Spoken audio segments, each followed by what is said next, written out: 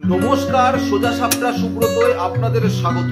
বাংলাদেশ জুড়ে এখনো দাপিয়ে বেড়াচ্ছে হিজবুত তাহরির। ভারত সরকারের কাছে এটা একটা চিন্তার বিষয়।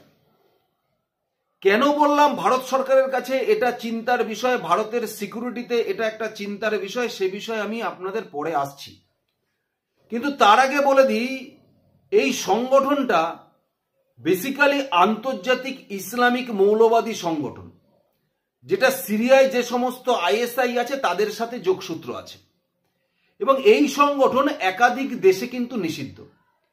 চীন এই সংগঠনকে নিষিদ্ধ ঘোষণা করেছে, জার্মানিতে এই সংগঠন নিষিদ্ধ, রাশিয়ায় এই সংগঠন নিষিদ্ধ, বাংলাদেশেও এই সংগঠন নিষিদ্ধ, ভারতে এই সংগঠন নিষিদ্ধ, এমনকি পাকিস্তানেও এই সংগঠন নিষিদ্ধ। এই সংগঠনের মূল কাজ কি? এই সংগঠনের মূল কাজ হচ্ছে ইসলামকে ঐক্যবদ্ধ করা, হিন্দুদের বিরুদ্ধে জিহাদ ঘোষণা করা, মানে যুদ্ধ ঘোষণা করা, এবং তার সঙ্গে সঙ্গে খেলাফত চালু করা। খেলাফত কথার অর্থ হচ্ছে যে শরিয়ত আইন, শরিয়ত শাসন চালু করা। বিস্তীর্ণ এলাকা জুড়ে তারা শরিয়ত শাসন আইন চালু করবে, এই হচ্ছে তাদের মূল লক্ষ্য, এবং সেই লক্ষ্যতেই তারা এগোচ্ছে। 5ই আগস্ট যখন শেখ হাসিনা বাংলাদেশ ত্যাগ করে, তারপরে দাঁড়িয়ে আপনারা মিডিয়ায় খবর দেখিয়েছিলেন যে জেল থেকে একাধিক জঙ্গি মুক্ত হয়েছে, জেল ভেঙে একাধিক জঙ্গি পালিয়েছে, এই খবর আপনাদের কাছে ছিল। এবং যে জঙ্গিগুলোকে ধরে ধরে শেখ হাসিনার সময় সেই বাংলাদেশ সরকার জেলে ভরেছিল, সেই জেল থেকে তারা মুক্ত হয়ে গেছে বা জেল ভেঙে পালিয়েছে। তাদের মধ্যে অধিকাংশ হচ্ছে এই হিজবুত তাহরির। 9ই আগস্ট এরা একটি সম্মেলন করে এবং সেই মিটিংয়ে এরা ঘোষণা করে যে এদের এই মুহূর্তে দাঁড়িয়ে এই সমস্ত বাংলাদেশের ইসলামকে একত্রিত হতে হবে, মুসলমানদের একত্রিত হবে এবং একত্রিত হয়ে হিন্দুদের বিরুদ্ধে জিহাদ ঘোষণা করবার কথা বলে। তার সঙ্গে সঙ্গে তারা বলে আমাদের এই খেলাফত চালু করতে হবে, মানে এলাকা ধরে ধরে আমাদের শরিয়ত শাসন চালু করতে হবে। এবং আমরা চাই আগামী দিনে এই দক্ষিণ এশিয়ায় এই খেলাফত আইন বা শরিয়ত আইনের প্রধান নেতা হিসাবে আমরাই উঠে আসব। এটা বলার পরে তারা তাদের সংগঠনের যত লোক আছে তারা কাজ শুরু করে। বিভিন্ন রিফলেট ছাপিয়ে ছাপিয়ে সেই রিফলেটগুলো গ্রামের দিকে সমস্ত মুসলিম ঘরে ঘরে তা ছড়িয়ে দেওয়া হয়। তার সঙ্গে সঙ্গে একটি বইতে, দুপাতার একটি বইতে সেখানে ভারত বিদ্বেষী কথাবার্তা, ভারতের বিরুদ্ধে যুদ্ধ ঘোষণা করা, হিন্দুদের বিরুদ্ধে জিহাদ ঘোষণা করা এবং আমাদের এই দক্ষিণ এশিয়ার এই খেলাফত প্রতিষ্ঠায় আমরাই আগামী দিনে নেতৃত্ব দেব, এই নিয়ে যে বই, তা সেই বই বিভিন্ন এলাকায় তারা বন্টন করে, বিভিন্ন এলাকায় বন্টন করে। এবং এই গ্রাম থেকে তারা তাদের এই সংগঠনের মধ্যে থেকে আওয়াজ তুলে দেয় যে ভারত বিদ্বেষী হতে হবে, ভারতের বিরুদ্ধে যুদ্ধ ঘোষণা করতে হবে, ভারত আমাদের শত্রু। এবং তারপরে ওই গ্রাম থেকে থেকে আস্তে আস্তে এই ভারত বিরোধী স্লোগান একদম ঢাকা অবধি, শহর অঞ্চল অবধি পৌঁছে গেছে। এবং তারাই কিন্তু প্রথম শুরু করে এই জামাতদের সঙ্গে নিয়ে হিন্দুদের বাড়ি লুট, হিন্দুদের মহিলাদের ধর্ষণ, হিন্দুদের মেয়েদের টেনে নিয়ে গিয়ে জোরপূর্বক বিয়ে করা, এই কাহিনীগুলো কিন্তু তারা বাংলাদেশে চালিয়ে যাচ্ছে। এবং সেটা জেলা ওয়াইজ ধরে ধরে চালাচ্ছে, যে কোনো জেলায় তারা হিন্দুদের ওপর নৃশংস অত্যাচার করে হিন্দু মুক্ত করে সেখানে শরিয়ত আইন চালু করতে চাইছে। সেখানে যে কয়েক ঘর হিন্দুরা আছে তাদেরকে কনভার্ট করে মুসলিমে কনভার্ট করবার চেষ্টা করছে। এবং যখন কোনো গ্রামে যদি হিন্দু মুসলিমের মধ্যে সেখানে প্রীতি থাকে, তাহলে হিন্দু মুসলিমের মধ্যে বিভেদ তৈরি করে সেখানে মুসলমানদের হিন্দুদের থেকে ছাড়িয়ে নিয়ে আলাদা করে একত্রিত করবার চেষ্টা করছে। এই সংগঠনটা বাংলাদেশে এই মুহূর্তে তাদের প্রচার এইভাবে চালিয়ে যাচ্ছে। এবং যেহেতু বাংলাদেশে এটা দীর্ঘদিন নিষিদ্ধ ছিল, সুতরাং এরা বিভিন্ন বাংলাদেশের যে সমস্ত কোচিং হতো, যেখানে ক্লাস 11-12 ছাত্রছাত্রীরা পড়াশোনা করতো, সেই সব কোচিংয়ে এরা খুব সুন্দরভাবে সেই সব ছেলে মেয়েদের ব্রেন ওয়াশ চালাতো। কিন্তু যে সমস্ত দেশে, যেমন আরব কান্ট্রিতে এরা নিষিদ্ধ নেই, তারা ওখানে বসে এই সংগঠন সাংবাদিক সম্মেলনও করে, সিরিয়াতে নিষিদ্ধ নেই, তারা মানুষ সামনেও বেরোয়, কোনো অসুবিধা নেই। কিন্তু যে সমস্ত জায়গায় নিষিদ্ধ, তারা বিভিন্ন কোচিনে, বিভিন্ন গ্রামে, যে সমস্ত জায়গায় ইয়ং ছেলেরা আড্ডা মারে, সেই সমস্ত জায়গায় এদের সংগঠনটা আস্তে আস্তে এরা ডেভেলপ করতে শুরু করে বাংলাদেশে। এবং এই জঙ্গি যখন এই জেল থেকে বাংলাদেশ থেকে মুক্ত হওয়ার পরে তাদের এই নেতাগুলো মূলত সেই নেতাগুলো এক একটা অঞ্চলের দায়িত্ব নিয়ে তারা তাদের এই শাসন কায়েম করবার চেষ্টা চালাচ্ছে। কিন্তু কেন আমি বললাম ভারতের কাছে এটা চিন্তার বিষয়, তার কারণ হচ্ছে ভারতবর্ষের এই মুহূর্তে সিকিউরিটি সিস্টেম যে শক্তিশালী হয়েছে, অন্য অন্য রাজ্যে সেটা করা গেলেও পশ্চিমবঙ্গে একমাত্র এই সরকারের কারণে সেই সিকিউরিটি সিস্টেম ভারতবর্ষে যেরকম শক্তিশালী হয়েছে অন্য অন্য রাজ্যে সেভাবে পশ্চিমবঙ্গে করা সম্ভব হয়নি। তার কারণ হচ্ছে এই বাংলাদেশ সীমান্ত পশ্চিমবঙ্গে প্রায় 4,500 কিলোমিটার বর্ডার আছে। এখনো অবধি 70টা জায়গায় এই রাজ্য সরকার বিএসএফ কে আউটপোস্ট করবার জন্য জায়গাই দেয়নি।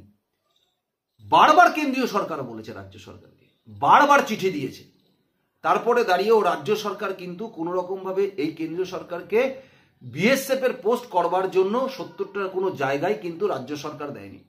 এবং তার সঙ্গে সঙ্গে যখন কেন্দ্রীয় সরকার এই বিএসএফ এর যে 15 কিলোমিটার থেকে 50 কিলোমিটার অবধি তারা তদন্ত করতে পারবে, তার মানে কেউ অনুপ্রবেশকারী এসে লুকিয়ে থাকলে, কোনো জঙ্গি এসে লুকিয়ে থাকলে তারা সেই তদন্ত করতে সেই রাজ্যের 50 কিলোমিটার অবধি ঢুকতে পারবে, যখন চালু করলো তখন কিন্তু এই রাজ্য সরকারই প্রথম বিরোধিতা করেছিল। এই রাজ্য সরকার বিরোধিতা করেছিল, একদম রেই রেই করে পড়েছিল যে কেন 50 কিলোমিটার ঢুকবে, এটা নাকি রাজ্যের শাসন ব্যবস্থা বা রাজ্যের আইনের উপরে নাকি হস্তক্ষেপ করছে, রাজ্যের একটা নির্বাচিত সরকারের নাকি স্বাধীনতার উপরে নাকি হস্তক্ষেপ করছে। এই কথা মানুষের সামনে বলেছিল এই পশ্চিমবঙ্গ সরকার। এবং কোথাও একটা সমস্ত জঙ্গি গোষ্ঠীগুলো ভারতবর্ষে আসার জন্য নিরাপদ জায়গা হিসাবে পশ্চিমবঙ্গকেই বেছে নিচ্ছে। এবং তার উদাহরণ আমরা খুব ভালো করে পেয়েছি। কারণ যে সংগঠনের কথা আপনাদের বললাম, এই হিজবুত তাহরির, এই সংগঠনের দুজনকে এনআইএ গ্রেপ্তার করেছে জুন মাসে এই পশ্চিমবঙ্গ থেকেই গ্রেপ্তার করেছে। এবং এদের শক্ত ঘাঁটি এরা তৈরি করে নিয়েছে কিন্তু মুর্শিদাবাদে, যে মুর্শিদাবাদ বাংলাদেশ একদম বর্ডারের পাশেই, যে মুর্শিদাবাদে ইতিমধ্যে হিন্দু সংখ্যা কমতে কমতে 30% চলে এসেছে, যে মুর্শিদাবাদে মুসলিম সংখ্যা বাড়তে বাড়তে 70% পৌঁছে গেছে, সেই মুর্শিদাবাদে একের পর এক মাদ্রাসা খোলা হয়েছে। সেই মুর্শিদাবাদে কিন্তু এদের সংগঠন প্রায় বিস্তার লাভ করেই গেছে, এবং মুর্শিদাবাদে কিছু কিছু গ্রাম যদি আপনারা ভেতরে কি খবর নেন, দেখবেন সেখানে শরিয়াত আইন চালুও হয়ে গেছে। সেখানে না তাদেরকে খবর দেখতে দেওয়া হয়, না তাদেরকে টিভি দেখতে দেওয়া হয়, না তাদেরকে গান শুনতে দেওয়া হয় না। এটা আপনার পশ্চিমবঙ্গে হচ্ছে। সুতরাং যখন এরকম জঙ্গি গোষ্ঠী নিরাপদ আশ্রয়স্থান হিসাবে পশ্চিমবঙ্গকে বেছে নিতে পারে, তখন পশ্চিমবঙ্গের পরেই আছে ঝাড়খণ্ড, তারপরে বিহার, তারপরে উত্তরপ্রদেশ। ঝাড়খণ্ডের ক্ষেত্রে সেই সরকারও কিন্তু অনুপ্রবেশকারীদের প্রচন্ড পরিমাণে জায়গা দিচ্ছে, তাদেরকে মাথায় তুলে রাখছে ভোট ব্যাংকের জন্য। যেরকম ভাবে এই বাংলার সরকার করছে, বাংলার প্রশাসন করছে, তারা নিজের ভোট ব্যাংকের জন্য অনুপ্রবেশকারীদের জায়গা দিচ্ছে। জায়গা দেওয়ার সঙ্গে সঙ্গে তাদেরকে ভোটার কার্ড করে দিচ্ছে, রেশন কার্ড করে দিচ্ছে, যাতে কেন্দ্রীয় সরকারের পাঠানো চাল খেয়ে এরা নির্দ্বিধায় এই তৃণমূল কংগ্রেসের হয়ে ভোটের প্রচারটা করতে পারে এবং তৃণমূল কংগ্রেসকে ভোট দিয়ে ক্ষমতায় রাখতে পারে। কারণ এই সরকারের প্রধান উদ্দেশ্য হচ্ছে ক্ষমতায় থাকা।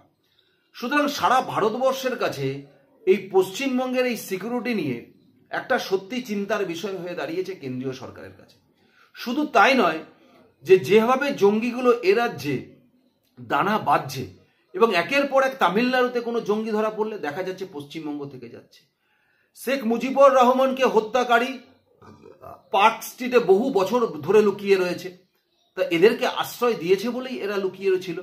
সুতরাং জঙ্গিরাও বুঝে গেছে পশ্চিমবঙ্গ তাদের জন্য আশ্রয়ের একদম নিরাপদ স্থান, কারণ পশ্চিমবঙ্গের সরকারই তাদেরকে আশ্রয় দিতে চাইছে।